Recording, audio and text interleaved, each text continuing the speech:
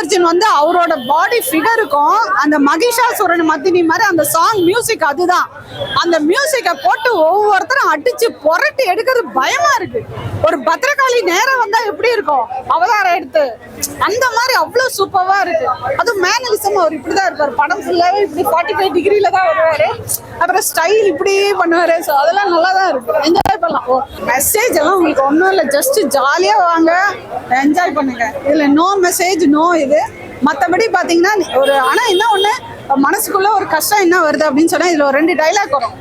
CM வந்து நீ பார்ட்டிக்கு ஃபண்டு தர, ஸோ பார்ட்டிக்கு ஃபண்டு தரதுனால நீ என்ன வேணா பண்ணிக்கோ அப்படிங்கிற மாதிரி ஒரு சீன் வரும். That's what happening. இல்லை இன்னைக்கு பொலிட்டிக்கல் வந்து ஒவ்வொருத்தருக்கும் ஃபண்டு பண்ணி ஒருத்தர் வராங்க அப்படின்னு சொன்னா யாரோ ஒருத்தர் பின்னாடி இருக்காங்க பேக் எண்ட். ஸோ அதை தான் காமிக்கிறாங்க, நீ என்ன வேணா பண்ணிக்கோ அப்படின்னும் போது காட்டுல அவ்வளோ செம்மரத்தையும் வந்து கடத்தும் போது கொஞ்சம் கஷ்டமா இருக்கு.